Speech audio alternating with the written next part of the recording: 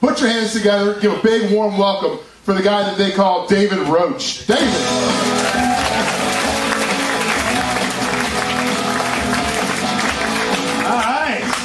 Alright, how's it going?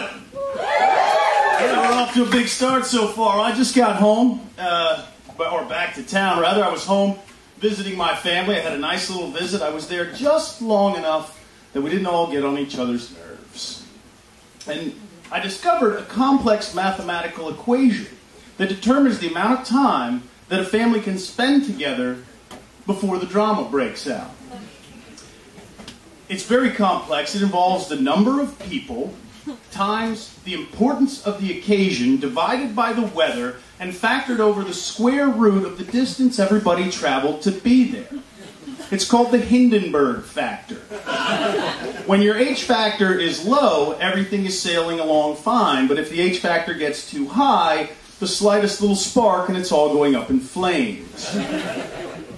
Fortunately, I got it out of there before we got to Lakehurst. But I discovered recently another law that governs the space-time continuum.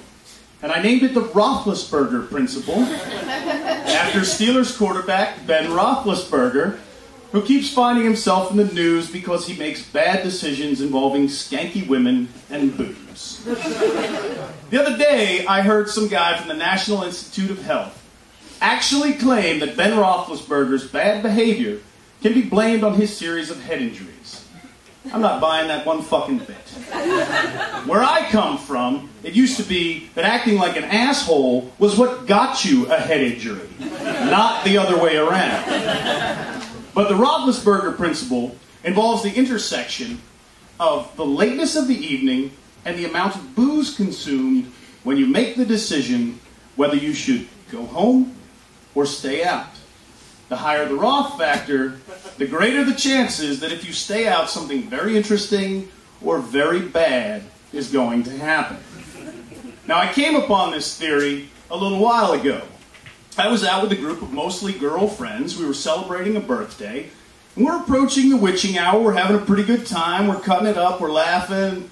We've been drinking a little bit. And a couple of my friends who are gay women suggested that we close the night by going to a lesbian bar, if that didn't offend the guys.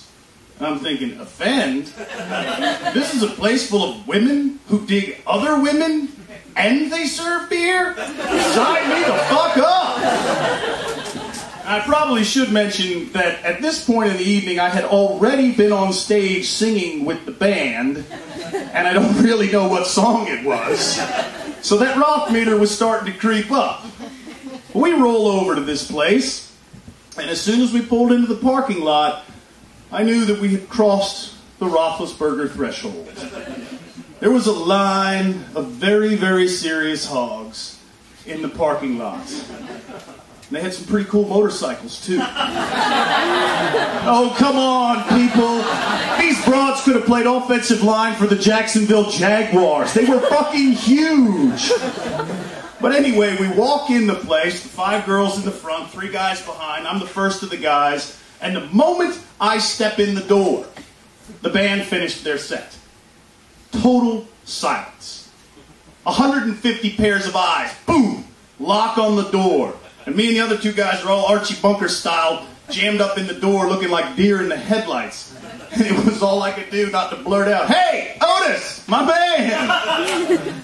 But I kept my P's and Q's, and I couldn't believe this place. I had never seen anything like it. And my friends are filling me in on who all these women are and what their little groups are. Now, I had no idea there were so many different kinds of lesbians. I mean, I've got the internet, I've got high-speed internet, but I've never seen anything like this. There were bull dykes, butch dykes, baby dykes, femme dykes, lipstick lesbians, little college girl lesbians until graduation. And then there were some girls that were dressed like men in suits with their hair slicked back and little pencil mustaches drawn on and sideburns. And that confused the hell out of me. I'm like, honey, if that's what you like, why not just date a dude? He already looks that way, and he comes with the original equipment in the package. Then I figured out, I'm like, these girls are onto something. Because if they like the look and the personality, they're good to go. They don't have to settle for the original equipment. If they want it longer or shorter or wider or thinner or blacker, the perfect selection can be delivered discreetly right to their door in a plain, unmarked wrapper. The challenge that these women face is that every one of these relationships involves two women. But then I met the bouncer, and this chick was tough. She was probably 6'4", 2.5 bills, pair of ripped up jeans, engineer boots, V-neck t-shirt, and a beat up leather jacket. She had this awesome snake tattoo that came up out of her t-shirt, wrapped around her neck, and the mouth was open by her ear. She reached out for my ID, and I noticed that her hands were friggin' huge. They were like catcher's mitts. And I couldn't help myself. I just blurted out. I was like, damn, girl, you're hung. She took it as a compliment. Which was good, because that girl could have kicked my ass if I was lucky.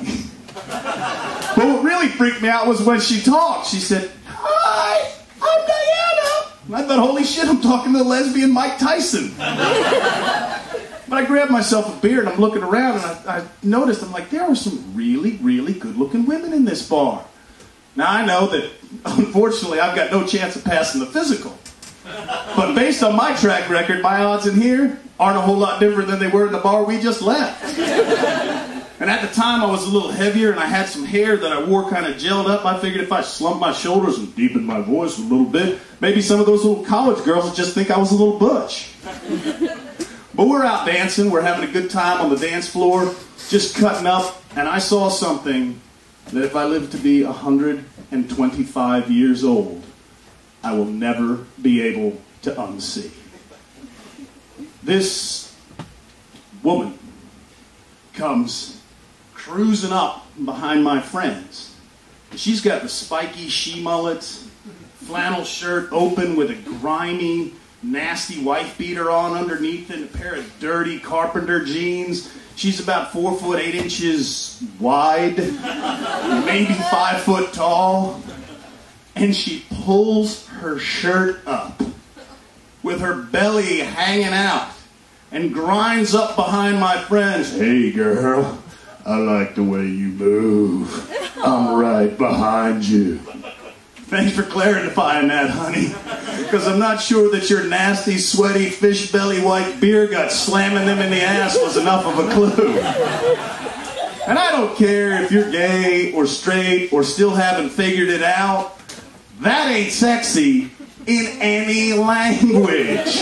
It freaked my friend out so much that she said, and this was one of the lesbian girls, she said, "That's my boyfriend," jumped into my arms, locked her legs around me, and laid a hot, wet, passionate kiss on me that was so intense it made me forget my name for 30 seconds. And that, ladies and gentlemen, is when I knew the evening had reached maximum Roethlisberger potential.